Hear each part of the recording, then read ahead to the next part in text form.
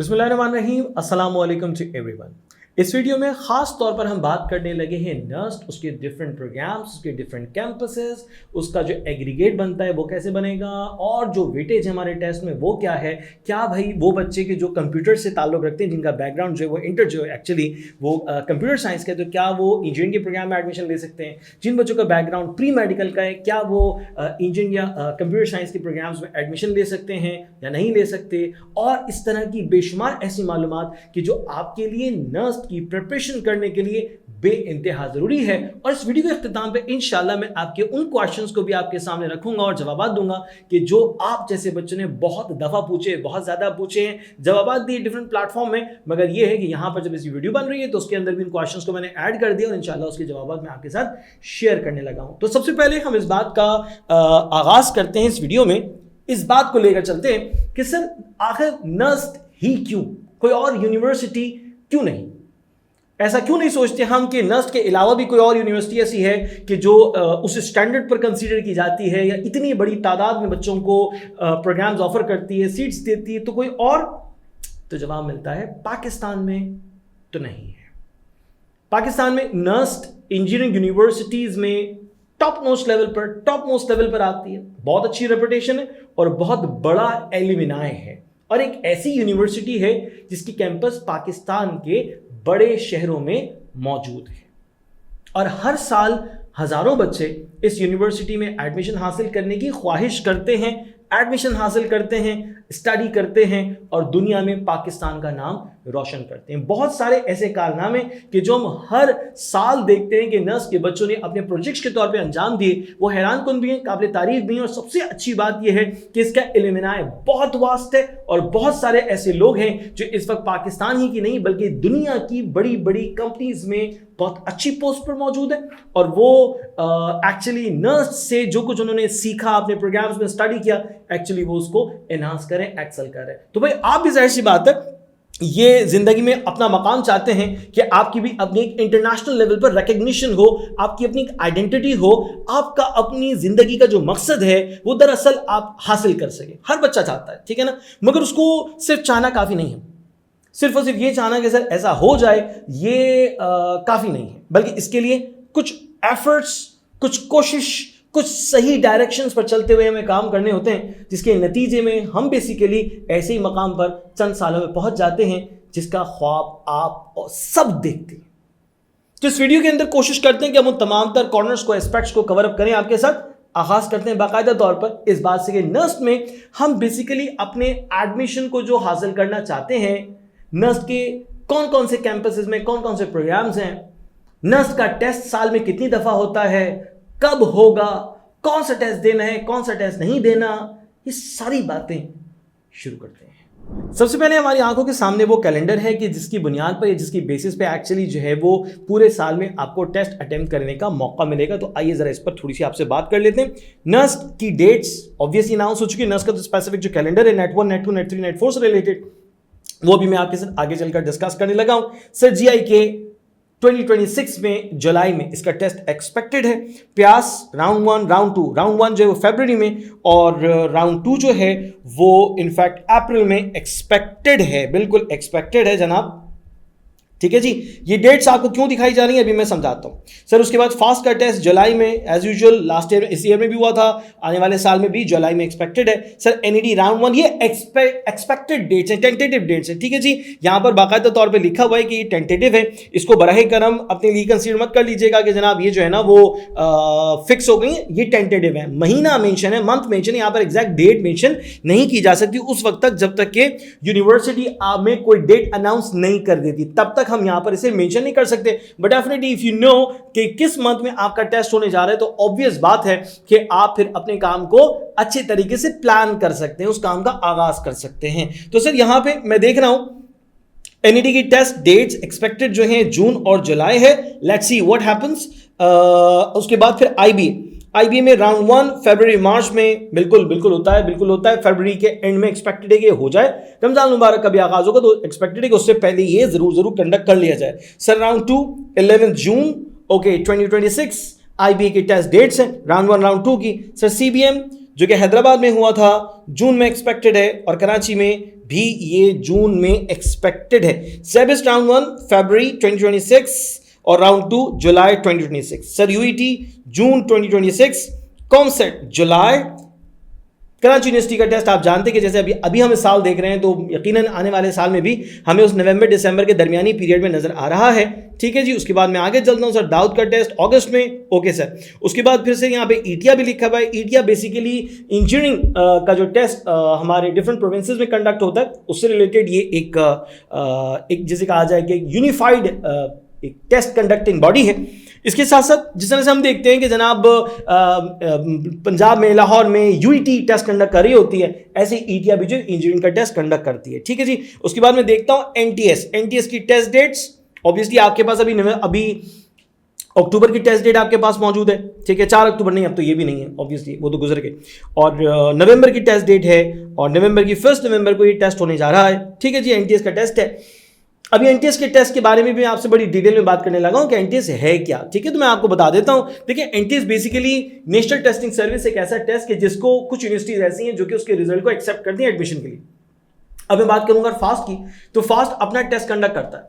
Fast का अपना university का टेस्ट होता है, मगर वो बच्चे जिन्होंने एनटीएस का टेस्ट दिया है, नेशनल टेस्टिंग सर्विस की बेसिस पे टेस्ट दिया है, बहुत अच्छा स्कोर बनाया है, तो उनके टेस्ट के रिजल्ट को कंसीडर किया जाता है फास्ट में एडमिशन के लिए, और फिर ऐसे बच्चों को एडमिशन दिया जाता है कि जिनका स्कोर जो है वो एक्चुअली इतना शानदार है कि उनको एडमिशन दिया जा सके। ठीक है जी। जनरली एनटीएस के टेस्ट में आपको 90+ स्कोर करना जरूरी है, क्योंकि कंपटीशन बहुत होता है। ठीक है ना, तो उसकी बुनियाद पर आपका स्कोर जितना ज्यादा होगा, 90 से जितना ज्यादा ऊपर होगा, 100 मार्क्स का टेस्ट होता है, तो आपके एनटीएस के रिजल्ट की बेसिस पे एडमिशन हासिल करने का चांस उतना ही ज्यादा बन जाएगा। ठीक है जी। बहरिया की टेस्ट डेट भी मौजूद है, इस्लामाबाद और लाहौर में जून एंड जुलाई 2026 में, और मई में कराची में टेस्ट कंडक्ट होने जा रहा है। तो भाई ये तो बड़ी बेसिक सी डेट्स के हवाले से बात हो गई कि जनाब ये मंथ्स हैं कि जिसमें आपका टेस्ट होने जा रहा है। अब इन तमाम तर यूनिवर्सिटीज में आपको एक चीज बड़ी कॉमन सी नजर आएगी, और वो क्या सर? वो ये है कि सर नस्ट 4 टेस्ट ले रहा है। पाकिस्तान की कोई भी यूनिवर्सिटी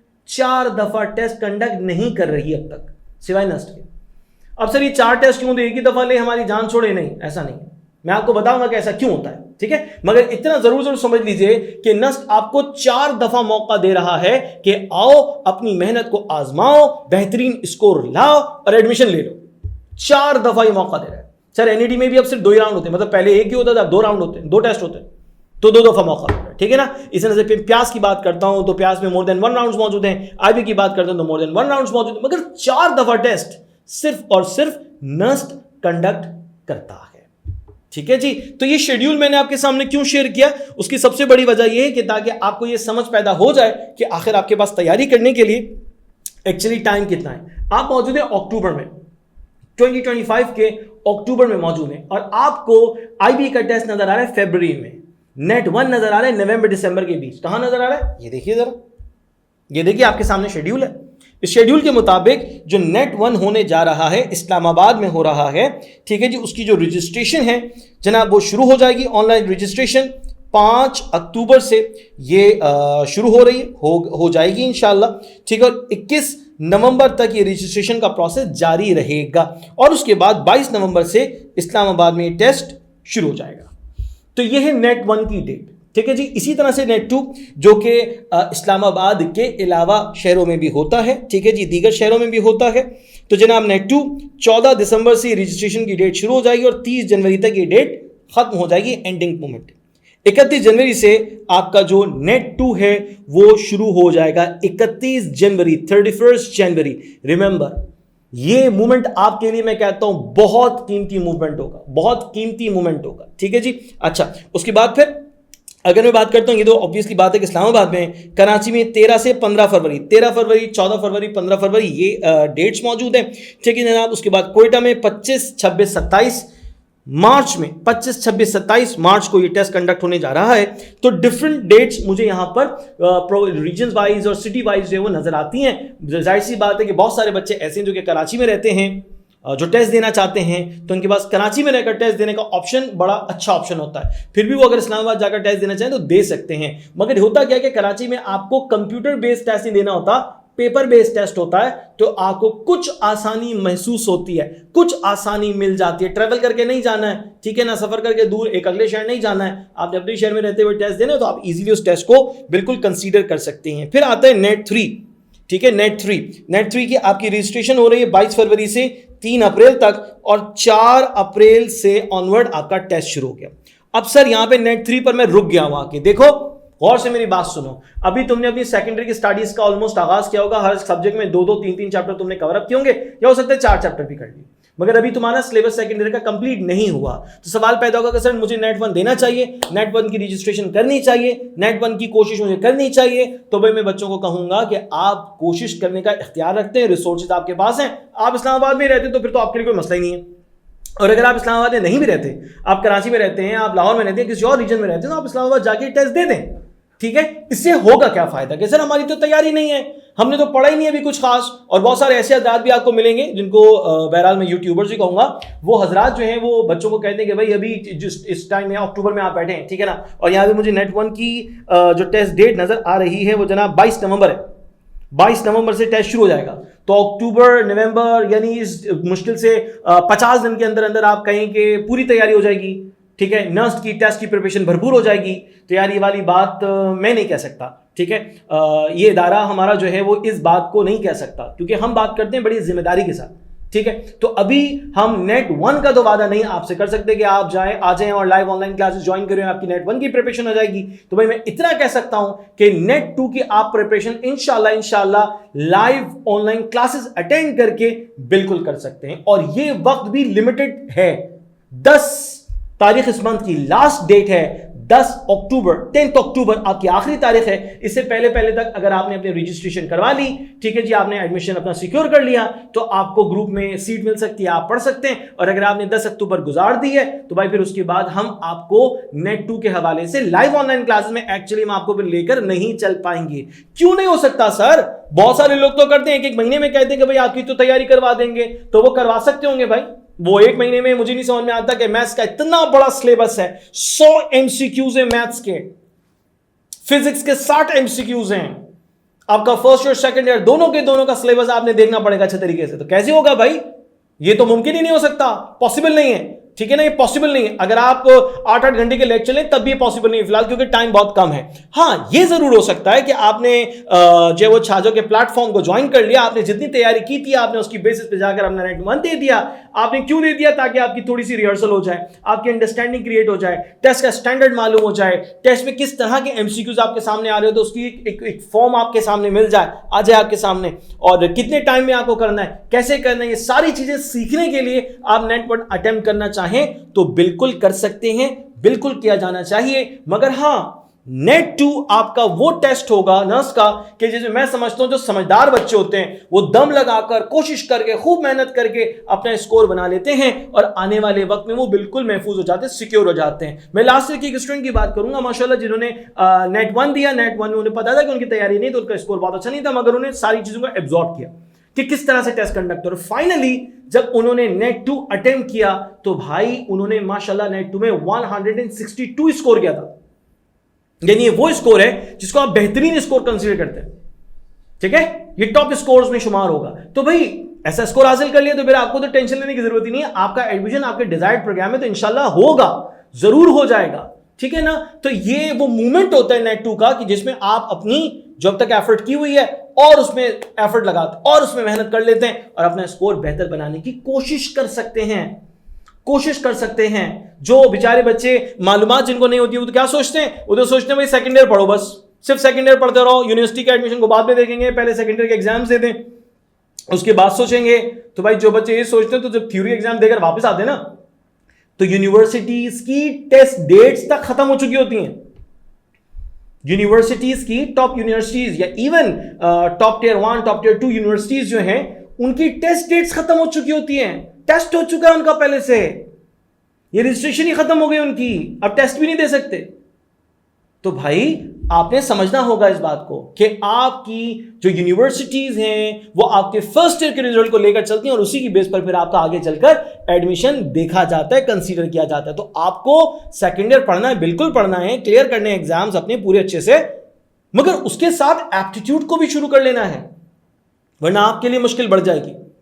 फिर आपका इंटर का रिजल्ट चाहे भले से कितना ही अच्छा हो, जब आप एप्टीट्यूड में अच्छे स्कोर नहीं कर सके, टेस्ट में आप नाकाम हो गए, तो आपकी first year second year overall inter में पोजीशन भी आ गई हो, तब भी आपको यूनिवर्सिटी में एडमिशन नहीं मिलेगा अगर आपने यूनिवर्सिटी का टेस्ट क्लियर नहीं किया।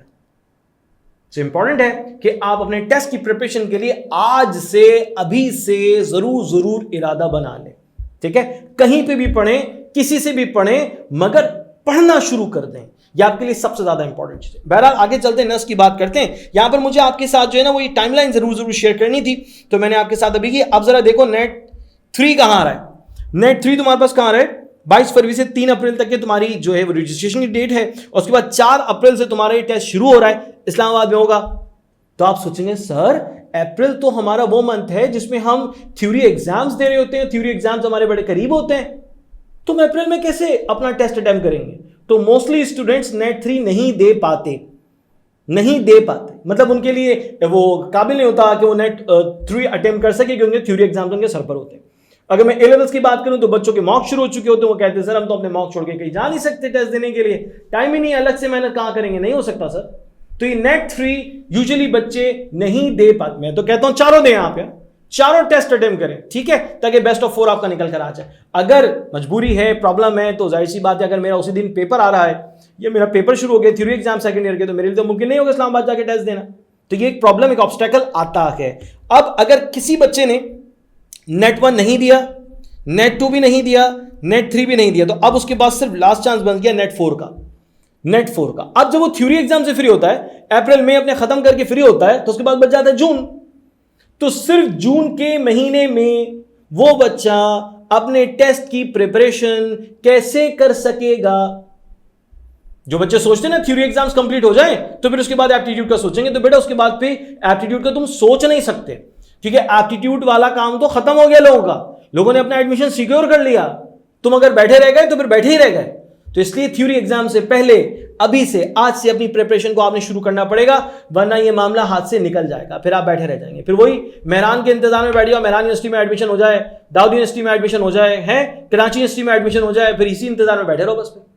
तो टॉप यूनिवर्सिटी में एडमिशन क्यों ना लें, जबकि सलाहियत भी रखते हैं, मेहनत भी करते हैं, ताकत भी रखते हैं, इख्तियार भी रखते हैं, तो भाई फिर शुरू करें, इंतजार कैसा है? ठीक है बेटा, चलें जी आगे चलते हैं। सर नेट 4 हमारे पास 26 अप्रैल से इसकी रजिस्ट्रेशन का आगाज होगा और 19 जून तक के जारी रहेगा, और उसके बाद फिर कराची में 17, 18, 19, 20 जुलाई 2025 की ऑलमोस्ट ये डेट्स थी जहां तक मुझे याद पड़ा है।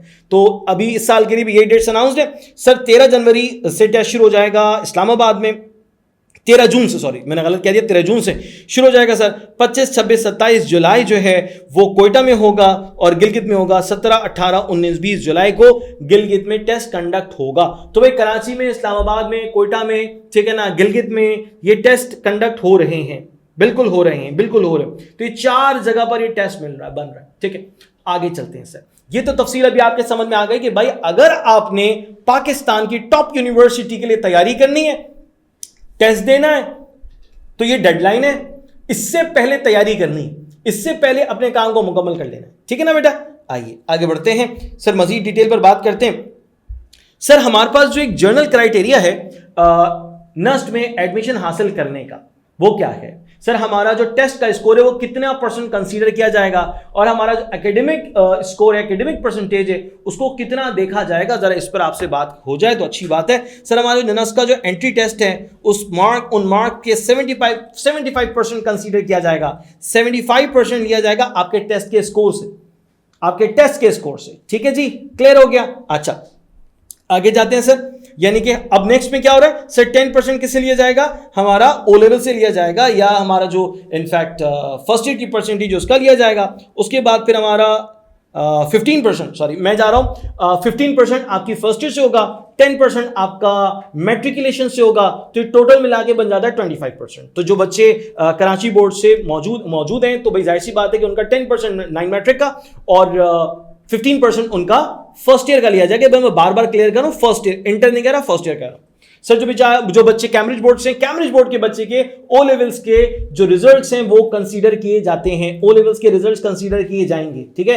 ए लेवल का लेना देना यहां पर अभी कुछ नहीं बन रहा, कुछ नहीं बनता, ठीक है। हाँ, ये जरूर कंडीशन है, याद रखिए सारे के सारे बच्चे, जिन बच्चों ने नर्स में ट्राई करना है, किसी भी यूनिवर्सिटी में ट्राई करना हो, तो भाई क्राइटेरिया ये कि आपकी सेकेंड ईयर में एटलीस्ट 60% जरूर हो, एटलीस्ट 60% जरूर हो। अगर उससे कम होगी तो जाहिर सी बात है कि उसके जो उस यूनिवर्सिटी के जो टॉप प्रोग्राम्स है, लाइक इंजीनियरिंग के प्रोग्राम्स है, तो फिर उसमें आपका एडमिशन मेंटेन नहीं रहेगा। ये लीस्ट है, बॉर्डर लाइन है कि एटलीस्ट 60% आपका जरूर होना चाहिए। सेकेंड ईयर में भी ऐसी बात है, फर्स्ट ईयर में भी ऐसे होना चाहिए, ठीक है जी।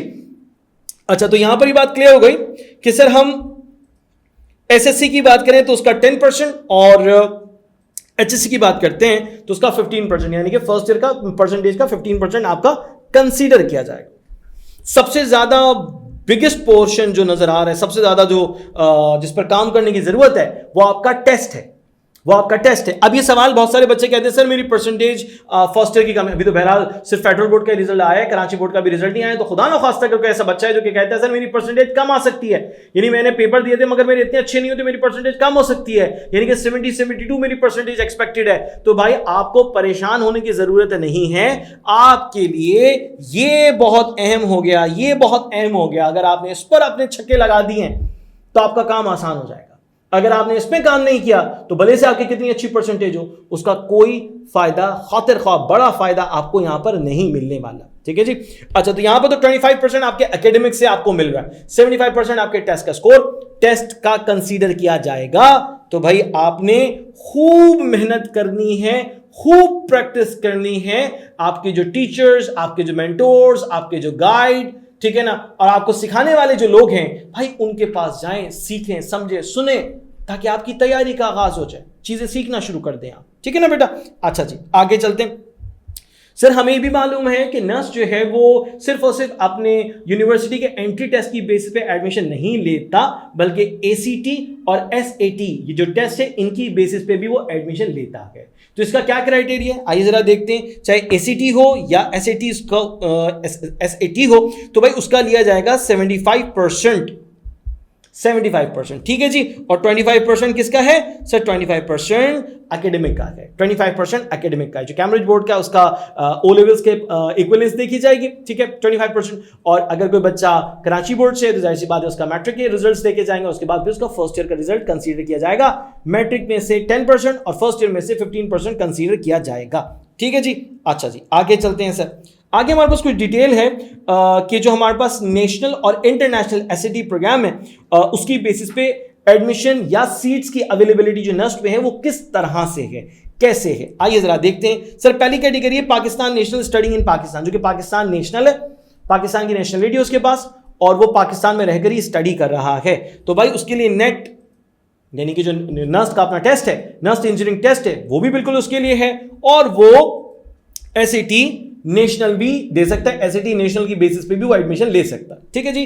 दूसरी कैटेगरी पाकिस्तान की नेशनल है, स्टडिंग अब्रॉड, नेशनलिटी पाकिस्तान की मगर बाहर मुल्क में वो पढ़ रहा है, तो सर एनईटी भी वो दे सकता है आकर, वो एसएटी भी दे सकता है नेशनल, और वो एसएटी इंटरनेशनल भी दे सकता है, एसएटी इंटरनेशनल भी दे सकते हैं, यानी कि वो बाहर रहकर स्टडी कर रहा था, बाहर ही उसने एसएटी अपना दे दिया, तो नर्स में यहां पर एडमिशन उस बेसिस पे हासिल बिल्कुल कर सकता है।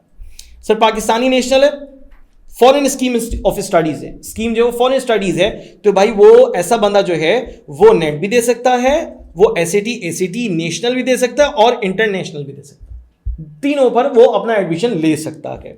सर एक्सपैट्रिएट के लिए क्या है?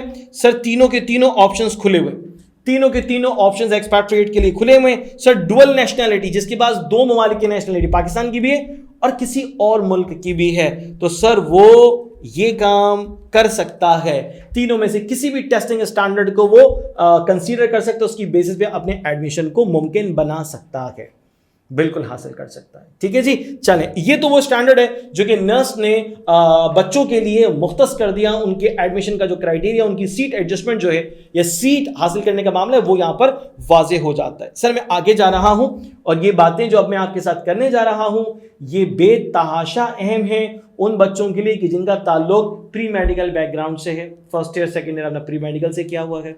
वो बच्चे की जिनका बैकग्राउंड इंजीनियरिंग से है, उन्होंने फर्स्ट ईयर सेकेंड ईयर में इंजीनियरिंग के सब्जेक्ट्स पढ़े, लाइक फिजिक्स है, केमिस्ट्री है, मैथ्स है, इंग्लिश है।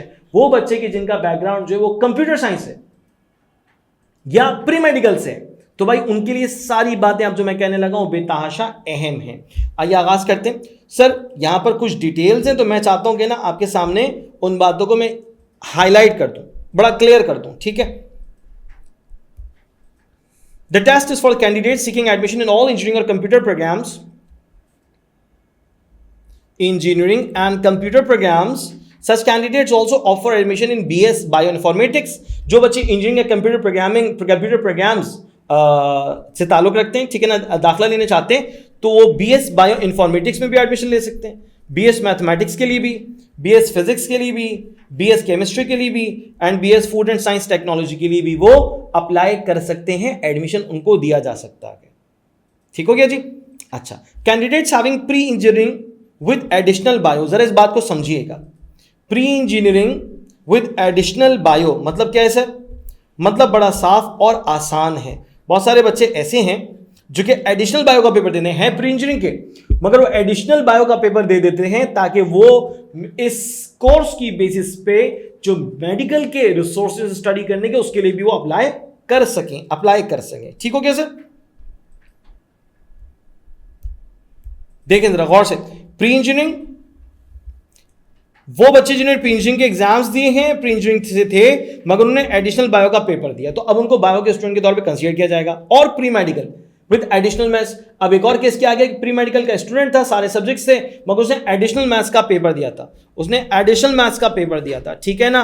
तो फिर क्या करें सर, क्या करें? और इक्विवेलेंट अप्लाइंग फॉर इंजीनियरिंग और computer programmes will appear in net engineering paper, यानी वो बच्चे जिन्होंने अपना फर्स्ट ईयर किया, अपने फर्स्ट ईयर की स्टडीज की हैं, सेकेंड ईयर की स्टडीज करने को हैं, एडिशनल पेपर देने के बुनियाद पर वो यूनिवर्सिटी के टेस्ट को फॉलो करेंगे। और वो टेस्ट स्टैंडर्ड कौन सा होगा? वो एक ही होगा जिसमें आपके पास फिजिक्स 60 एमसीक्यूज की है, मैथ्स 100 एमसीक्यूज का है और 40 एमसीक्यूज की आपके पास इंग्लिश मिल रही है। ठीक है, ये बात जहन में रखिएगा। ओके, अच्छा जी, आगे जाते हैं। Will appear in net engineering paper. Done sir, हमें समझ में आ गया। वो ये पेपर अपना दे रहे होंगे जिसके बारे में अभी मैंने उसकी जो डिवीजन है, जो वेटेज है वो बता दिया। सही है जी, आगे जाते हैं sir. Candidates of pre medical applying for engineering programmes, वो बच्चे जो कि जिनका बैकग्राउंड प्री मेडिकल का है मगर वो अप्लाई किसके लिए कर रहे हैं? अब इंजीनियरिंग प्रोग्राम्स के लिए। विदाउट टेकिंग एडिशनल मैथ्स और एडिशनल मैथ्स का पेपर भी नहीं दिया, will appear in net engineering paper. भाई तो वो क्या करेंगे? उन्होंने एडिशनल मैथ्स का पेपर नहीं भी दिया तब भी उनको वही पेपर देना होगा जो कि इंजीनियरिंग वाले बच्चे दे रहे हैं, यानी कि प्री मेडिकल के स्टूडेंट को वही पेपर देना होगा जो कि प्री इंजीनियरिंग वाला बच्चा दे रहा है, भले से उसने एडिशनल मैथ्स का पेपर ना दिया, मगर वो चाहता है कि वो किसी इंजीनियरिंग प्रोग्राम में जाए तो उसको ये ही स्टैंडर्ड टेस्ट का फॉलो करना पड़ेगा। ओके सर, समझ में आता है sir? NET engineering paper, however it is mandatory, ये जरूरी है to clear the condensed mathematics course of 8 weeks. वो बच्चा जिसने एड मैथ्स का पेपर नहीं दिया और वो चाहता है कि वो इंजीनियरिंग प्रोग्राम में दाखिला ले, तो फिर क्या होगा सर? तो फिर उसे जो एक कंडेंस मैथ्स कोर्स रखा है उसको क्लियर करना पड़ेगा। ये मैंडेटरी है, 8 हफ्ते का कोर्स यानी लगभग 2 महीने का कोर्स है, वो उसको पढ़ना है, स्टडी करनी है, उसके बाद फिर टेस्ट देना है उसका, ठीक है ना, ये क्लियर करना पड़ेगा। जिसने एडिशनल मैथ्स का पेपर नहीं दिया और प्री मेडिकल बैकग्राउंड है और वो चाहता है कि किसी इंजीनियरिंग प्रोग्राम में एडमिशन ले ले। अभी सवाल बहुत सारे लोग उठाते हैं कि सर ये तो जुल्म हो गया ना हमारे साथ, प्री मेडिकल के स्टूडेंट हैं और हमसे कह रहे हैं कि मैथ्स का पेपर दो। तो भाई प्री मेडिकल के स्टूडेंट हो, जब तुम इंजीनियरिंग में जाना चाहते हो तो तुम्हें मैथ्स का टेस्ट नहीं देंगे तो फिर किसका देंगे बता? अगर प्री मेडिकल के स्टूडेंट हो, प्री मेडिकल की फील्ड में जा रहे हो तो भाई बायोलॉजी वहां पर मौजूद है, कौन परेशान कर रहा है तुम्हें? कोई नहीं परेशान कर रहा। तो भाई जब तुम खुद अपनी फील्ड को चेंज कर रहे हो, बदल रहे हो, तो फिर तुम्हें उस फील्ड के मुताबिक सोचना पड़ेगा ना जिस फील्ड में तुम जा रहे हो। तुमसे जो है वो इंजीनियरिंग के प्रोग्राम में बायोलॉजी की बात थोड़ी करेगा, इंजीनियरिंग के प्रोग्राम में मैथमेटिक्स की बात होगी, फिजिक्स की बात हो रही होगी, यही मेन सब्जेक्ट है। अब तो कंप्यूटर की स्टडीज में भी आपका मैथमेटिक्स बहुत बहुत बहुत जरूरी हो गया है, तो आप उसमें भी इसको अवॉइड नहीं कर सकते। आप ही नहीं सोच सकते कि मैं प्री मेडिकल का स्टूडेंट था, सबको पता होना चाहिए, मैंने तो बायोलॉजी पढ़ी है, मुझे तो बेसिक मैथ्स नहीं आती है, तो फिर भी मुझे यूनिवर्सिटी जो है वो पढ़ाती रहे। यूनिवर्सिटी आपके नाज नखरे उठाने के लिए नहीं बनाई गई, यूनिवर्सिटी आपकी कमजोरियां दूर करने के लिए नहीं बनाई गई, यूनिवर्सिटी आपको मजीद आगे बढ़ाने, आगे पढ़ाने के लिए बनाई गई है। ठीक है, इस बात को ज़हन-नशीन कर लीजिए भाई। अच्छा, मैं आगे जाता हूं। सर यहां पर ये क्लियर हो गया कि मैंने अगर एडवांस का पेपर नहीं दिया तो भी मैं इंजीनियरिंग प्रोग्राम में एडमिशन नस्ट के लिए अप्लाई कर सकता हूं, मगर उसके लिए मुझे नस्ट की जाने से दिए गए कंडेंस मैथ्स कोर्स को अटेंड करना पड़ेगा और उसका पेपर देना पड़ेगा, उसको अच्छा स्कोर उसमें लाना पड़ेगा, तो मेरा एडमिशन रिटेन रहेगा, वरना मेरा एडमिशन मेरे हाथों से जा सकता है। ओके जी, आगे चलते हैं sir. Candidates for pre medical group applying for computer programs, वो बच्चे जो प्री मेडिकल के मगर अप्लाई करें कंप्यूटर प्रोग्राम्स के लिए without taking additional maths exams will appear in net engineering paper. अब देखो यहां पर एक बात समझो, वो बच्चे जो कि कंप्यूटर बैकग्राउंड रखते हैं, ठीक है, और वो चाह रहे हैं कि अप्लाई करें प्री मेडिकल बैकग्राउंड और अप्लाई कर रहे हैं वो किसमें, अप्लाई करें वो कंप्यूटर प्रोग्राम्स में, तो यहां पे कहीं नहीं लिखा कि आपको मैथ्स का कंडेंस कोर्स अटेंड करना पड़ेगा। मगर मैं कहता हूं कि भाई अगर आप प्री मेडिकल बैकग्राउंड के हैं, आप कंप्यूटर साइंस के किसी प्रोग्राम में आप जाकर काम करना चाहते हैं, आप किसी प्रोग्राम में एडमिशन हासिल करना चाहते हैं कंप्यूटर साइंस के, तो भाई तब भी आपके लिए मैथमेटिक्स पढ़ना जरूरी है, क्योंकि आपका एडमिशन अगर हो भी गया और आप जाकर वहां पर फर्स्ट सेमेस्टर की क्लासेस अटेंड करने बैठते हैं, आपके कान से धुआं निकल आएगा, ऐसा मैथ्स मिलेगा आपको, तबीयत साफ हो जाएगी आपके, रो होंगे क्लास में बैठ के कि यार हमारा तो समझ में नहीं आ रहा, ऊपर से जा रहा और टीचर है कि वो धमाधम काम दिए जा रहा। तो ये बात क्लियर होनी चाहिए, प्री मेडिकल के स्टूडेंट है, कंप्यूटर प्रोग्राम में एडमिशन लेना चाहते हैं, तब भी आपको मैथ्स स्टडी करनी पड़ेगी, क्योंकि आपका जो पेपर होने जा रहा है, जो नेट 1 नेट 2 नेट 3 नेट 4 आपका होगा, उसमें भाई 100 नंबर की मैथमेटिक्स है, 100 नंबर की मैथमेटिक्स है, नहीं हजम कर सकते बगैर पढ़ के। तो आपको टेस्ट भी इंजीनियरिंग का देना है, इंजीनियरिंग स्टैंडर्ड का, और आगे जाके भी आपने उन सब्जेक्ट्स को स्टडी करना है, तो भाई बेहतर है मैथ्स पढ़ लो जरा ढंग से जान लगा के। ठीक हो गई, दो बातें हो गई। फिर candidates having HSSC or equivalent with mathematics as one of the major subjects applying for computer programs will also appear in net engineering paper। ठीक है सर, जिन बच्चों का मेजर सब्जेक्ट मैथ्स रहा है उनके लिए भी इंजीनियरिंग का पेपर ही जो है वो कंसीडर किया जाएगा। अब ये वो मालूमात है कि अगर बच्चे इस मालूमात को हासिल ना करें तो अल्टीमेटली वो मुश्किल में पड़ जाएंगे। उनके लिए मुश्किल सबसे बड़ी ये है कि सर हमें तो पता नहीं था, तो अब क्या करें, सर हमें तो मालूम ही नहीं था, तो क्या यूनिवर्सिटी में कोई कंपनसेशन दे देगी? कोई कंपनसेशन नहीं दे सकती यूनिवर्सिटी भाई, आप कोई स्पेशल थोड़ी हो, कोई मुनफरिद अनोखे थोड़ी हो आप, क्या आपके लिए यूनिवर्सिटी एक अलग से कोई प्रोग्राम बना दे? भाई आपको आज बता रहे हैं, अक्टूबर में बैठ के बता रहे हैं कि भाई आने वाले वक्त में जब टेस्ट होगा, टेस्ट का रिजल्ट आएगा, आपका एडमिशन हो जाएगा, तो आपको मैथ्स पढ़ना जरूरी हो जाएगा, मैथ्स उससे पहले आपका अच्छा होना चाहिए। और ये बात, ये ख्याल करना है, यस ये बहुत सारे बच्चे सोच रहे होंगे इस वक्त कि सर ये तो मुमकिन ही नहीं, आप तो जो है ना वो इधर उधर की बात कर रहे हैं, तो मुमकिन ही नहीं है कि प्री मेडिकल का स्टूडेंट जो है वो आगे बढ़े और मैथ्स में अच्छा काम कर ले, ये मुमकिन नहीं आप कह रहे हैं, सोच सकते हैं ऐसा, मगर आपकी सोच बहुत महदूद है बेटा। आपका पहला साल होगा स्टडी करने का, सेकेंड ईयर को और टेस्ट को, मेरी जिंदगी के 16-17 साल ऐसे गुजर गए, समझाते समझाते बताते बताते गुजर गए साल। तो भाई ऐसी बहुत सारी मिसालें हैं कि जिन बच्चों ने प्री मेडिकल बैकग्राउंड है उनका, उन्होंने मैथ्स को स्टडी किया और मैथ्स को ऐसा स्टडी किया भाई अपने टेस्ट में बेहतरीन स्कोर बना दिया, उन्होंने बेहतरीन स्कोर बना लिया टेस्ट। और ये बात सिर्फ और सिर्फ जो है वो नस्ट के लिए नहीं है, बल्कि ऐसी भी प्रोग्राम्स हैं जहां पे, जैसे कि मैं बात करता हूं आईबी के टेस्ट की, तो भाई आईबीए बीएससीएस का जो टेस्ट होता है उसमें मैथ्स का जो पोर्शन है खतरनाक पोर्शन है, बहुत मुश्किल होता है, नॉर्मल बच्चे नहीं कर पाते जो मैथ्स पढ़ कर आ रहे हैं। भाई ऐसी मिसालें हमारे पास मौजूद, अल्लाह का शुक्र है कि बैकग्राउंड प्री मेडिकल था, तैयारी बेहतरीन अंदाज में की, छात्रों के प्लेटफॉर्म को इस्तेमाल किया, लाइव क्लासेस ली हैं, इस काबिल हो गए माशाल्लाह से कि वो आईबीए का ना सिर्फ उन्होंने टेस्ट दिया बल्कि टेस्ट में पोजीशन हासिल कर ली और बगैर इंटरव्यू के उनका एडमिशन हो गया, बगैर इंटरव्यू के डायरेक्ट एडमिशन हुआ ऐसे बच्चों। ये सब मुमकिन है, या आपके दिमाग में लिखा हुआ है कि नामुमकिन है, मगर सब कुछ मुमकिन है, लोग करके आगे बढ़ गए लोग, ठीक है ना। तो अब आपकी बारी, बहरहाल चलते हैं इस तफसील में आगे, कुछ और डिटेल ऐड करते हैं। अच्छा, हम जो देख रहे हैं वो प्री इंजीनियरिंग, प्री मेडिकल और ICS यानी इंटर कॉमर्स साइंस, ये इन तीनों प्रोग्राम से ताल्लुक रखने वाले बच्चे ने इंटर जो है फर्स्ट ईयर जो है ना वो प्री मेडिकल से पढ़ाओ या इंजीनियरिंग से पढ़ाओ या कंप्यूटर साइंस से पढ़ाओ, उसका टेस्ट एक ही तरह का बन रहा है। वो कैसे सर? उसके पास क्या मौजूद है? उसके पास मौजूद है मैथ्स 50 यानी कि 100 MCQs, ठीक है, समझ में आ रहा है? 100 MCQs। सर फिजिक्स 60 MCQs, सही है? अच्छा जी। सर इंग्लिश 40 MCQs, हो गए 200। होगा 200, ठीक है ना भाई। 200 एमसीक्यू से 180 मिनट का कुल आपको वक्त मिलेगा जिसमें आपको करने, यानी कि एक एमसीक्यू को करने के लिए आपके पास 1 मिनट भी नहीं है, पूरा 1 मिनट से भी कम टाइम है।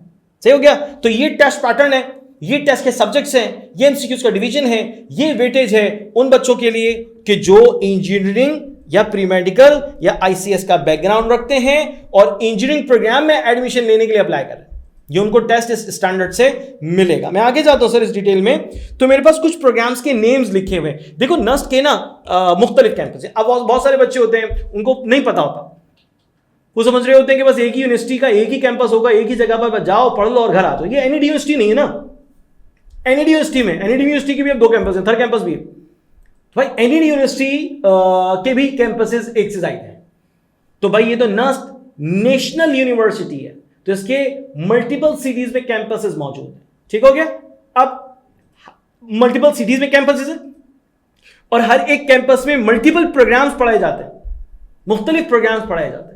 ठीक है ना। तो अब आइए जरा देखते हैं कि इंजीनियरिंग का प्रोग्राम जो है, मैकेनिकल इंजीनियरिंग का ये प्रोग्राम मुझे कहां कहां मिल रहा है। सर SMME में भी मौजूद है, school of mechanical and manufacturing engineering Islamabad में मौजूद है। ठीक है जी। उसके बाद फिर मुझे मैकेनिकल इंजीनियरिंग का programme college of electrical and mechanical engineering Rawalpindi CEME में मौजूद है। सर उसके बाद यही प्रोग्राम मुझे जो है वो Pakistan navy engineering college Karachi यानी PNEC में भी मिल रहा है। क्या समझ में आया कि एक ही प्रोग्राम, इंजीनियरिंग का एक प्रोग्राम मल्टीपल कैंपसेस में आपको मिल रहा है, आप अप्लाई करते हैं, आपका एग्रीगेट बनता है, आपको एडमिशन ऑफर होता है, आप एडमिशन हासिल करके पढ़ना शुरू कर दे, मसला ही नहीं है। ठीक है ना। तो इंजीनियरिंग का एक प्रोग्राम जिसका मैंने आपके सामने जिक्र किया। दूसरा प्रोग्राम सर इलेक्ट्रिकल इंजीनियरिंग है। कहां कहां मौजूद है? SEES में है, school of electrical engineering and computer science Islamabad, बिल्कुल वहां मौजूद है। Sir CEME college of electrical and mechanical engineering CEME Rawalpindi electrical engineering वहां पे भी मौजूद है। Sir Pakistan navy engineering college, ठीक है, PNEC में भी इलेक्ट्रिकल इंजीनियरिंग का प्रोग्राम मौजूद है। इसी तरह से military college of signals Rawalpindi MCS में भी इलेक्ट्रिकल इंजीनियरिंग का प्रोग्राम मौजूद है। आप उसमें भी एडमिशन के लिए बिल्कुल अप्लाई कर सकते हैं। मैं आगे जाता हूं सर, तो मेरे पास मजीद डिटेल आ रही है जी। मैकेट्रॉनिक्स इंजीनियरिंग है, कहां मौजूद है sir? College of electrical and mechanical engineering CEME Rawalpindi में है। Civil engineering SCEE। Mechatronics engineering सिर्फ और सिर्फ आपको इस कैंपस में नजर आ रही है, बस और कहीं पे भी नहीं है, सिर्फ रावलपिंडी में, इसके अलावा नहीं है। ठीक है ना जी। अच्छा, सिविल इंजीनियरिंग आपको SCEE में भी नजर आ रही है। सर सिविल इंजीनियरिंग मुझे MCE में भी नजर आ रही है और सिविल इंजीनियरिंग मुझे नस्ट बलूचिस्तान कैंपस NBC कोयटा में भी नजर आ रही है। यानी कि 3 कैंपस है जहां अलग अलग प्रोविंस रीजन्स के, वहां पर मुझे सिविल इंजीनियरिंग मिल सकती है। मैं सिविल इंजीनियरिंग चाहता हूं, मेरा जो शहर है, मेरी जो रिहाइश है वो जनाब जो है ना वो इस्लामाबाद से करीब है, तो मैं ऑब्वियस बात है कि फिर जो है वो कोशिश करूंगा कि मैं किसी ऐसे कैंपस में दाखिला लूं जिसमें मुझे ट्रेवलिंग का इतना ज्यादा इशू ना हो, प्रॉब्लम ना आए। ठीक है जी। अच्छा, उसके बाद केमिकल इंजीनियरिंग कहां मौजूद है सर? SCME में मौजूद है chemical engineering. Sir metallurgy and material engineering कहां पर मौजूद है सर? SCME में मौजूद है। एवियोनिक्स इंजीनियरिंग कहां मौजूद है? College of aeronautical engineering Risalpur CAE में मौजूद है।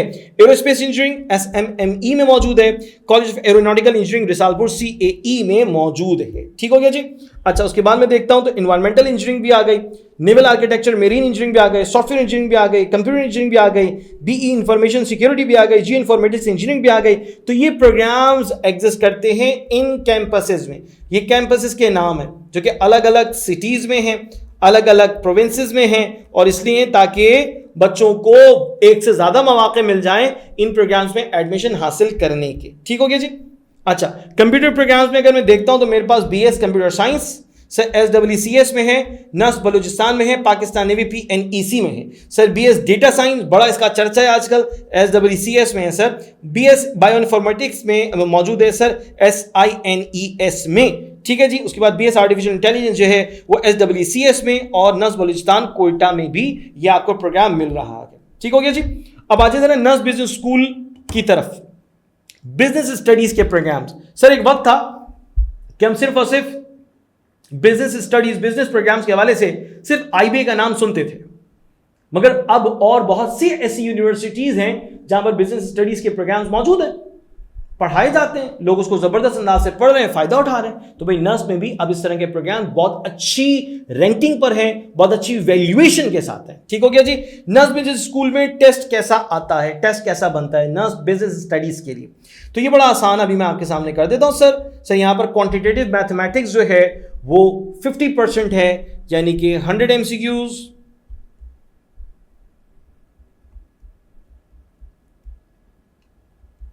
और इसी तरह से इंग्लिश की अगर मैं बात करूं तो इंग्लिश में भी 100 MCQs।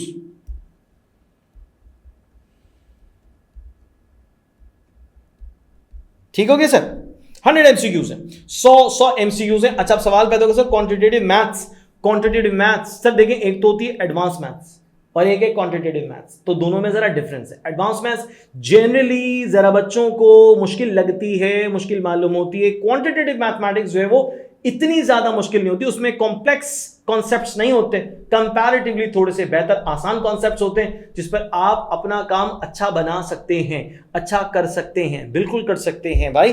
तो अगर कोई बच्चा है जो सोचते मेरा मैथ्स कमजोर है, मैं आगे जाके इतना अच्छा नहीं कर पाऊंगा, तो भाई वो बिजनेस स्टडीज के प्रोग्राम्स में देख रहा है कि उसके पास 100 नंबर के बिजनेस से रिलेटेड इनफैक्ट जो मैथमेटिक्स है, क्वांटिटेटिव मैथमेटिक्स है, बेसिकली वो मौजूद है, तो उस पर अच्छा काम कर सकता है, फायदा उठा सकता है इस मौके से। ठीक है जी। और इंग्लिश 50% यानी कि 100 MCQ से, 100 MCQ से। ठीक है ना जी।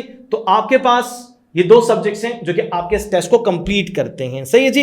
इस बिजनेस स्टडीज और सोशल साइंसेज के प्रोग्राम में क्या क्या चीजें इंक्लूडेड हैं, आइए जरा देखते हैं। Sir the test is for candidate seeking admission in BBA, BS public administration, mass communication, BS economics, BS psychology, BS accounting and finance, LLB, BS tourism and hospitality management, BS liberal arts and humanities. तो multiple programmes हैं जिनके लिए आप, जिनमें admission के लिए आप eligible हो सकते हैं, आपका अगर टेस्ट बिजनेस स्टडीज प्रोग्राम के हवाले से है। ठीक हो गया जी। आगे जाते हैं, बिजनेस स्टडीज प्रोग्राम्स में कहां कहां हमें कौन कौन सा प्रोग्राम मिल रहा है। सही है सर। नर्स बिजनेस स्कूल में हमें क्या मिल रहा है sir, bachelors of business administration, BS accounting and finance, tourism and hospitality management. ये प्रोग्राम्स, तीन प्रोग्राम्स हमें बासानी जो है nurse business school Islamabad campus में मिल रहे हैं, बिल्कुल हासिल हो सकते हैं सर। उसके बाद मौजूद है सर BS इकोनॉमिक्स है, BS मास communication, BS psychology, BS liberal arts. ये कहां मिल रहा है sir, social sciences and humanities Islamabad campus, S3H, social sciences, school of social sciences, यानी कि S3, 3 दफा S आ रहा है, SSSH, तो लंबा बन जाता है, लोग क्या लिखते हैं S3H। ठीक है। तो भाई school of social sciences and humanities. Okay sir, यहां पर आपको मिल रहे हैं 4 प्रोग्राम्स, कौन कौन से, BS इकोनॉमिक्स है, BS mass communication, BS psychology, BS liberal arts and humanities है। मूव ऑन सर, आगे चलते हैं sir. Bachelor of public administration कहां मिल रहा है sir, bachelors of public administration में मिल रहा है जिन्हें school of public policy and leadership Islamabad, JSPPL। बहरहाल इसका मैंने नाम जरा कम सुना है। Anyway move on sir. LLB में कहां मिल रहा है, nurse law school Islamabad, NLS, nurse law school Islamabad, NLS में मिल रहा है लॉ से रिलेटेड आपको प्रोग्राम। ठीक हो गया भाई। अच्छा, चलते हैं सर, इसका टेस्ट कैसा होता है, टेस्ट के बारे में बात हो गई, आगे देखते हैं सर। आर्किटेक्चर का टेस्ट कैसे होता है, क्या उसका क्राइटेरिया, डिजाइन एप्टीट्यूड का कंटेंट आता है, क्वेश्चन आते हैं 50%। सर मैथमेटिक्स आपके पास 30% है और इंग्लिश आपके पास 20% है। यानी अगर मेरे सामने कहा जा रहा है 20%, तो कितने हो गए, 30% को मैं कितना लगा लूं भाई, 40 हो जाएगा, 30 को मैं क्या लगा लूं, 60 हो जाएगा, और 50 को मैं क्या लगा लूं, 100 हो जाएगा। क्या हो जाएगा, 100 हो जाएगा। सही है ना। तो टेस्ट स्टैंडर्ड कुछ इस तरह से आपके एमसीक्यूज पर बेस करेगा। The test is for candidate seeking admission is business architecture and business industrial design only. Business industrial design और बिजनेस आर्किटेक्चर के हवाले से आपको ये टेस्ट सपोर्ट करेगा एडमिशन हासिल करने में। ठीक है जी। और उसके सब्जेक्ट्स और उसका क्राइटेरिया वेटेज आपके सामने। सर उसके बाद है नेचुरल साइंसेज। नेचुरल साइंसेज में आपके पास 50% मैथमेटिक्स, 50% इंग्लिश, यानी कि 100 एमसीक्यूज आपके पास, 100 एमसीक्यूज आपके पास मौजूद हैं मैथमेटिक्स के और 100 एमसीक्यूज आपके पास मौजूद हैं इंग्लिश के। और ये टेस्ट है नेचुरल साइंसेस का। नेचुरल साइंसेस का टेस्ट देकर मैं एलिजिबल हो जाता हूं किसके लिए? बीएस मैथमेटिक्स के लिए, बीएस फिजिक्स के लिए, बीएस केमिस्ट्री के लिए, only as per defined eligibility criteria having an academic background other than the standard defined streams. ठीक है जी, अगर मैं बीएस मैथमेटिक्स में लेना चाह रहा हूं तो मेरे मेजर सब्जेक्ट पिछली अपनी स्टडीज के अंदर मैथमेटिक्स होना चाहिए। इसी तरह से फिजिक्स और जो है वो केमिस्ट्री के हवाले से भी है। मगर बहरहाल नेचुरल साइंसेज में आपके पास मौका है कि आप मैथमेटिक्स और 50% इंग्लिश का कंटेंट अपने पेपर में देख सकते हैं, उसकी तैयारी करके आप काम कर सकते हैं। ठीक हो गया सर हमारे पास आर्किटेक्चरल एंड इंडस्ट्रियल डिजाइन की जो एडमिशन है वो कहां पर है? सिर्फ यहां पर मौजूद है, सिर्फ और सिर्फ साडा में मौजूद है। School of art design and architecture में मेरे पास इसका एडमिशन या सीट्स मौजूद हैं, बस इसके अलावा मजीद नहीं है। सर नेचुरल साइंसेज कहां मौजूद है? SNS school of natural sciences में मुझे मिल रहा है बीएस मैथमेटिक्स, बीएस फिजिक्स और बीएस केमिस्ट्री। ये 3 प्रोग्राम्स मुझे नजर आ रहे हैं और वो सिर्फ कहां है? एसएनएस में है, इसके अलावा नहीं है। सर नेट अप्लाइड साइंसेज में मेरा जो टेस्ट का पैटर्न है वो क्या है? अगर मेरा बैकग्राउंड प्री मेडिकल का है या किसी इक्विवेलेंट ग्रुप का है तो मेरा टेस्ट का बैकग्राउंड जो है वो क्या है सर? 50% बायोलॉजी, 30% केमिस्ट्री और 20% इंग्लिश, यानी 40 MCQs इंग्लिश के, 60 MCQs केमिस्ट्री के और 100 MCQs बायोलॉजी के मौजूद हैं। कहां मौजूद हैं sir? Applied sciences. Applied sciences के टेस्ट में ये स्टैंडर्ड, ये क्राइटेरिया आपके सामने मौजूद है।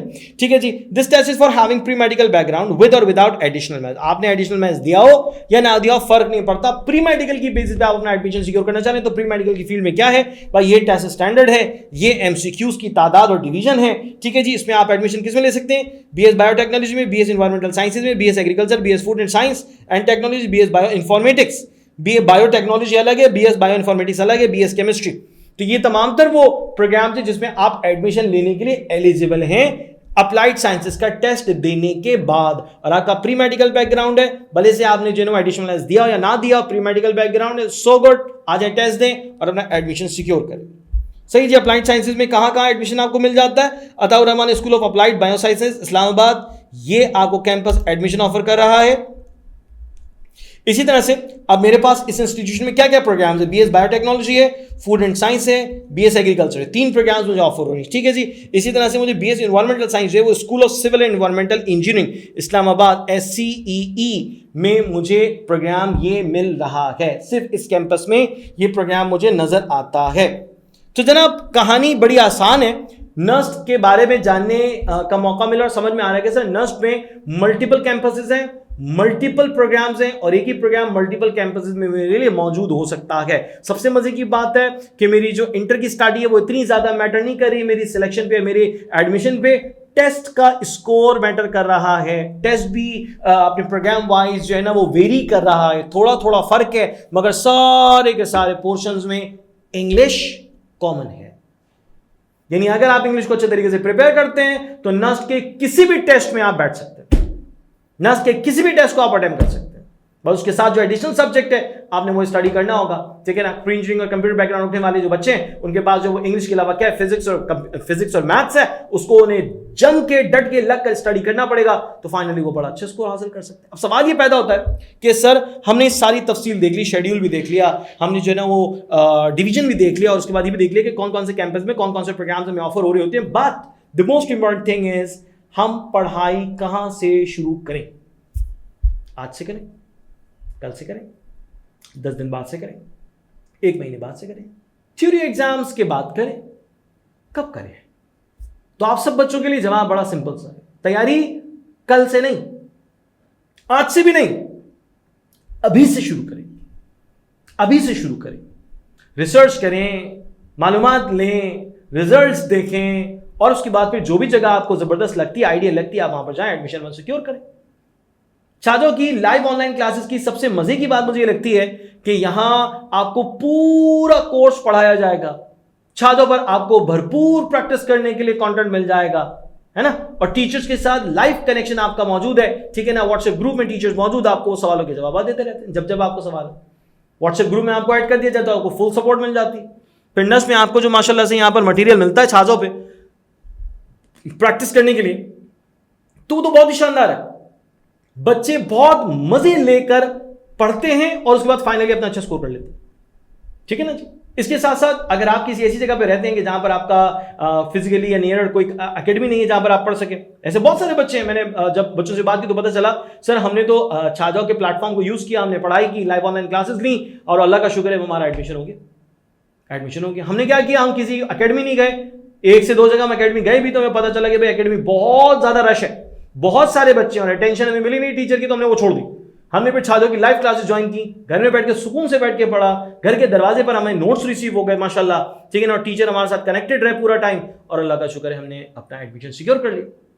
हमारे के स्टूडेंट बड़े अच्छे माशाल्लाह से 2024-2025 के अहमद रजा, मैं इनका नाम ले रहा हूं और आप चाहें तो जो है वो छात्रों के यूट्यूब चैनल पे जाकर आप उनको देख भी सकते हैं, उनकी मैंने पॉडकास्ट भी आपके सामने रिकॉर्ड की है, आप उसको देख सकते हैं। अहमद रजा हमारे स्टूडेंट का नाम, जिन्होंने माशाल्लाह से हैदराबाद में रहते हुए अपनी लाइव ऑनलाइन क्लासेस अटेंड की, छात्रों के प्लेटफॉर्म को इस्तेमाल किया, खूब अच्छा सीखा, खूब अच्छा पढ़ा और माशाल्लाह से GIK में भी उनका एडमिशन हो जाता है, फास्ट में भी उनका एडमिशन हो जाता है, नर्स में भी उनका एडमिशन हो जाता है, फास्ट में भी उनको जो है वो फी रिलैक्सेशन हासिल हो जाती है, GIK में उनको स्कॉलरशिप हासिल हो जाती है, 9 लाख रुपए की स्कॉलरशिप उनको हासिल हो गई।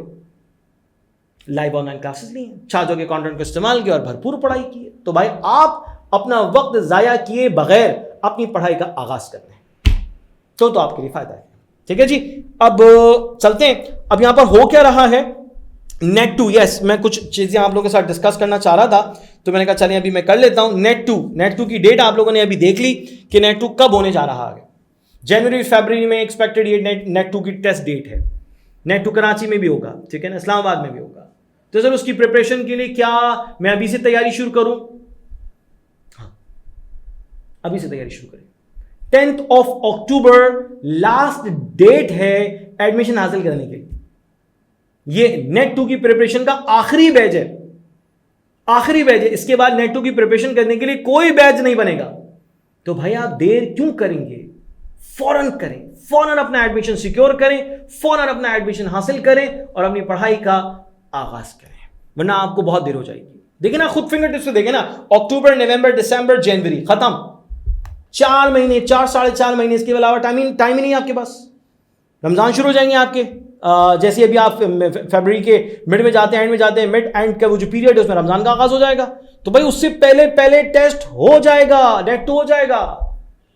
बहुत कम टाइम है आपके पास। तो अगर आप ये बैठकर चिल कर रहे हैं कि और बड़ा लंबा टाइम है टेस्ट देने के लिए, ना करें ना अपने साथ। मैं पूरी क्लियर पिक्चर आपके सामने रख चुका हूं। नेट 1 देना आपके लिए मुश्किल हो जाएगा क्योंकि अभी आपने प्रिपरेशन नहीं की। रिहर्सल के लिए देना चाहे दे दें, सीखने के लिए देना चाहे दे दें। नेट 2 आपका टारगेट होना चाहिए, आपका जिसे कहते हैं ना पूरी तवज्जो आपकी नेट 2 पर होनी चाहिए कि भाई ये मेरा अच्छा हो जाए। सर नेट 3 नहीं हो सकता, थ्योरी एग्जाम दे होंगे आप उसमें बैठ के। सर नेट 4 अगर सिर्फ और सिर्फ आखिर में देते हैं तो भाई आखिर में जब थ्योरी एग्जाम से फारिग होगे सिर्फ 1 महीना तुम्हारे पास होगा। क्या करोगे 1 महीने में? 200 MCQs का टेस्ट देना है, कैसे करोगे? तो भाई ये पीरियड है, ये टाइम है अपनी स्टडीज को शुरू करने का।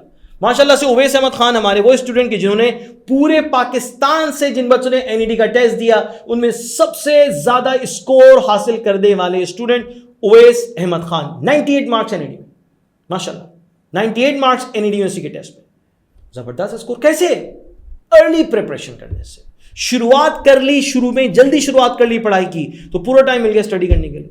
ना सेकेंड ईयर प्रॉब्लम में आया और ना ही जो है वो आपकी एप्टीट्यूड टेस्ट की प्रिपरेशन प्रॉब्लम में आएंगे, दोनों चीजें साथ चल रही है माशाल्लाह। तो पोजीशन होल्डर हैं, यानी NET के टेस्ट में मेरिट की बेसिस पे और टेस्ट स्कोर की बेसिस पे दोनों में टॉप नंबर पर है, पहले नंबर पर है। यकीनी आता तो आप जाके मेरिट लिस्ट देख लीजिए खुद ही, मुझे ज्यादा बताने की जरूरत नहीं है, ठीक है, जाके आप देख सकते हैं, मसला नहीं। मगर बता ये रहा हूं कि वो बच्चा जिसने अपनी माशाल्लाह से अपने सेकेंड ईयर के एग्जाम्स में पोजीशन हासिल की है, सेकेंड ईयर के एग्जाम्स में भी पोजीशन हासिल की है और जाके उसने NET का टेस्ट दिया, राउंड 1 दिया, ऐसा दिया कि दुनिया देख रही। आज भी बहुत सारे लोग हैं वो कहते हैं सर ऐसा कैसे हो सकता है, तो भाई ऐसा तो हो गया। 98 मार्क्स बच्चे के आ गए, सही है ना, 98 मार्क्स आ गए माशाल्लाह से। तो भाई आपके भी माशाल्लाह ऐसे मार्क्स आ सकते हैं। नस्ट में आप जो है ना वो 160 प्लस स्कोर कर लेते हैं, आप बेहतरीन स्कोर पर हैं, फिर इंशाल्लाह आप जिस प्रोग्राम में चाहते हैं आपका एडमिशन हो जाएगा। ठीक हो गया, क्लियर हो गया पॉइंट? तो ये सब कैसे हो सकता है सर? भाई हो सकता है प्रिपरेशन का आगाज करने से। जितनी जल्दी शुरुआत कर लेंगे मैं कहता हूं आपका काम हो जाएगा। देर लगाएंगे टाइम गुजर जाएगा, सर के ऊपर एक वजन, सर के ऊपर एक बोझ हावी रहेगा, काम नहीं हो पाएगा, काम नहीं हो पाएगा। ठीक है। इस बात को जहन में रखिएगा। चलिए जी आगे चलते हैं इस इंफॉर्मेशन के साथ। बहुत सारे बच्चों के सवालात मेरे पास आए तो मैंने कहा चले मैं आपके साथ उसके जवाब जरूर डिस्कस करूं। बच्चे कहते हैं sir why we should prefer NUST. मुझे नस्ट में कुछ ऐसे प्रोग्राम्स मिलते हैं और कैंपसेस में फैसिलिटीज मिलती हैं, जो फैकल्टी है टीचर्स की वो बड़ी शानदार है, जो प्रोग्राम वो मुझे देते हैं उससे कम से कम मुझे बेहतरीन अंदाज में सीखने का मौका मिल जाता है। जो सहूलियात मुझे नस्ट में मिलती हैं वो कहीं और नहीं मिलती, तो भाई फिर मैं नस्ट क्यों ना जाऊं। नस्ट वाइड यूनिवर्सिटी जो 4 दफा टेस्ट ले रही है यार, 4 दफा, तो क्यों ना जाऊं मैं नस्ट। ठीक है, नस्ट की फीस स्ट्रक्चर मैं नहीं कहूंगा कि बहुत कम है या बहुत ज्यादा है, दरमियाना है, एवरेज है। इतनी हम फी पे कर सकते हैं, ठीक है ना, मिडिल क्लास फैमिली में इतनी फीस पे की जा सकती है बच्चों की, ज्यादा नहीं है, इतना ज्यादा नहीं है। ठीक है, आईबी की फीस जितनी नहीं है, नस्ट की फीस कंपैरेटिवली कम है। ठीक है ना जी, आगे चलते हैं। सर क्यों प्रेफर करें, इसलिए प्रेफर करें क्योंकि नस्ट पाकिस्तान की बेहतरीन यूनिवर्सिटी है और मैं भी कहूंगा कि इकोनॉमिकल है, सस्ती है, फिर भी सस्ती है भाई। ठीक है, फिर भी सस्ती है। प्रोग्राम्स आपको ऑफर हो रहे होते हैं, आप बेहतरीन प्रोग्राम स्टडी करते हैं फैसिलिटीज के साथ, जबरदस्त एल्यूमिनाई बहुत वास्ट है, हजारों लाखों लोग इससे कनेक्टेड रहे अब तक के। तो ये यूनिवर्सिटी ज्वाइन करने से मतलब सिर्फ ये नहीं कि आप सिर्फ किताब को उठाकर पढ़ना शुरू कर देंगे, आपको और बहुत सारी चीजें आपको जो है ना वो मॉडर्न वर्ल्ड से, टेक्नोलॉजी के वर्ल्ड से कनेक्ट करती चली जाएंगी। तो भाई मैं तो सजेस्ट करता हूं कि नस्ट आप जरूर आप उसमें अपना एडमिशन सिक्योर करें। चलें जी आगे चलते हैं। Attempting for test in NUST is necessary. भाई नस्ट 4 दफा टेस्ट लेती, किसी किताब में नहीं लिखा कि चारों टेस्ट दो, आपको 1 भी दे सकते हैं, 2 भी दे सकते हैं, 3 भी दे सकते हैं और 4 के 4 भी दे सकते हैं। सही है, 4 के 4 भी दे सकते हैं। ठीक है, तो अगर आप समझते हैं कि आप चारों टेस्ट देने के लिए तैयार हैं तो नेट 1 की रजिस्ट्रेशन का आगाज हो जाए तो आप रजिस्ट्रेशन करवा लीजिए, जरूर टेस्ट दीजिए। ठीक है, तो इसमें कोई बुराई नहीं कि आप चारों टेस्ट दें, और अगर आप समझते हैं कि नहीं यार चारों देना तो मुश्किल है, 3 दे देता हूं, तो जरूर 3 दे दें। क्योंकि कंडीशन नहीं कि चारों टेस्ट दें, क्योंकि बेस्ट ऑफ 4 कंसीडर होता है, जितने टेस्ट दिए होंगे उसका जो स्कोर बनेगा उसमें से बेस्ट जो स्कोर होगा उसको कंसीडर करेंगे वो एडमिशन के लिए। तो चारों टेस्ट देना चाहें दे दीजिए। मैं अगर आप मुझसे सजेशन मांगते तो मैं कहूंगा कि भाई दे दें, चारों दे दें, आपके पास रिसोर्सेज हैं, इस्लामाबाद जाकर टेस्ट देना आपके लिए मुमकिन है, जस्ट मूव ऑन, जरूर दें टेस्ट, मसला नहीं है।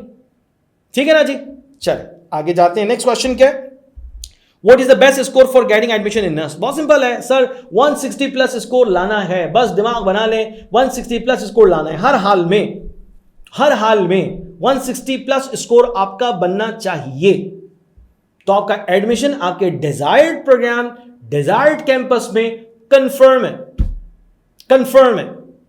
ठीक है जी, चलिए आगे चलते हैं। सर अगला सवाल क्या कह रहे हैं, sir how NUST test preparation is good for all the other test. Yes that's good.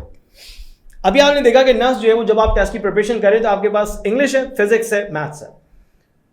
तो भाई मैथ्स तो तमाम इंजीनियरिंग यूनिवर्सिटीज के टेस्ट में है, तो यहां जब आपने नस्ट में प्रिपरेशन बेहतरीन कर लिए तो उसका बड़ा फायदा आपको दूसरी यूनिवर्सिटीज के टेस्ट में भी हो जाएगा।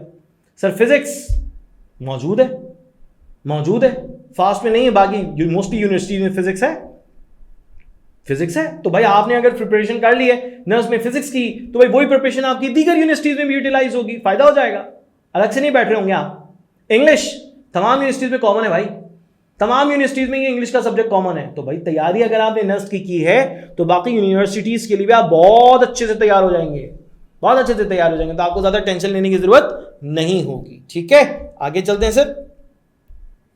The most challenging thing in nurse preparation. Yes, मैं लिखता हूं जवाब, मैं जानबूझकर लिखूंगा। The most challenging thing in nurse preparation is time management.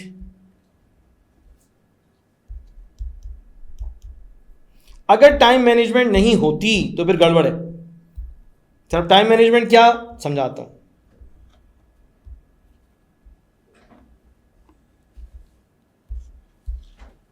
Time management अभी भी आपके लिए बेतहाशा जरूरी है। किस वक्त में क्या काम कर लेना है, कितने टाइम में कौन से काम हो जाना चाहिए, यह अभी भी बेतहाशा जरूरी है। इसके बाद जब आप आगे जाएंगे यानी कि जब टेस्ट दे रहे होंगे तो तब तो भाई बहुत ज्यादा जरूरी टाइम मैनेजमेंट। 200 एमसीक्यूज 180 मिनट, क्या करें, पॉसिबल ही नहीं है। अगर टाइम मैनेजमेंट आपने नहीं की 200 एमसीक्यूज करना पॉसिबल ही नहीं आपके लिए, मुमकिन है ही नहीं। तो टाइम मैनेजमेंट सबसे ज्यादा खतरनाक चीज है। इसको आपने अगर मेंटेन कर लिया, इसमें अगर आप जीत गए तो भाई फिर आप सिकंदर हैं, जीत गए, फिर आपका टेस्ट भी इंशाल्लाह अच्छा हो जाएगा। तो टाइम मैनेजमेंट की स्किल्स को अपना बेहतर बनाना मैं समझता हूं कि सबसे ज्यादा जरूरी है। हाउ एग्रीगेट इज कैलकुलेटेड, बहुत सिंपल है। एग्रीगेट कैलकुलेट करना कोई प्रॉब्लम नहीं है। आप 75% ले लेते किसका, 75% लेते हैं अपने टेस्ट स्कोर का, ठीक है जी, और आपका 10% आपका मैट्रिक का रिजल्ट से और 15% आपके 15% आपके फर्स्ट ईयर के रिजल्ट से। और हाँ, एक और बात, वो बच्चे की जिन्होंने जो है वो अपना गैप ईयर लिया, यानी कि उनका इंटर मुकम्मल हो चुका है, तो भाई उनका इंटर का रिजल्ट काउंट होगा, ये याद रखिएगा। जो बच्चे अपना ए लेवल्स कर चुके हैं और उसके बाद उन्होंने टेस्ट नहीं दिया, अब देना चाहते हैं, तो यानी उनका ए लेवल्स का रिजल्ट काउंट होगा, फिर ओ लेवल्स नहीं होगा, ये याद रखिएगा। याद रखिएगा, जिनका इंटर हो चुका अब वो टेस्ट देना चाह रहे हैं तो फिर उनका इंटर का रिजल्ट काउंट होगा। वो बच्चे की जिन्होंने अपना ए लेवल्स कर लिया वो टेस्ट देना चाह रहे हैं तो उनका ए लेवल्स का रिजल्ट काउंट होगा। वो बच्चे जो कि अभी सेकेंड ईयर में या अभी ए लेवल्स में, अभी तो पेपर ही नहीं दिए तो रिजल्ट क्या खाक, तो भाई उनका फर्स्ट ईयर काउंट होगा। ठीक हो गया जी। तो आपका ये रिजल्ट है, उसके बाद फिर आपका इस रिजल्ट का 75% है, फिर आपके मैट्रिक का जो रिजल्ट है उसका 10% है, और आपके जो इंटर का रिजल्ट है भाई उसका 15% है। इनको सबको हम टोटल करते हैं तो हमारे पास आ जाता है टोटल एग्रीगेट। इसकी बेसिस पे हमारा एडमिशन मिलता है। यूनिवर्सिटी नस्ट हमें एडमिशन इस बुनियाद पे देती है। अच्छा, फिर क्या कह रहे हैं, what is the condensed maths course for NUST. अभी अभी ये मैं बात कर चुका हूं, डिटेल में आपके साथ शेयर कर लेता हूं कि जब कभी भी कोई बच्चा जो है वो प्री मेडिकल बैकग्राउंड का है और वो चाहता है कि इंजीनियरिंग प्रोग्राम में अपना एडमिशन ले, तो भाई उसको कंडेंस मैथ्स कोर्स अटेम्प्ट करना होगा।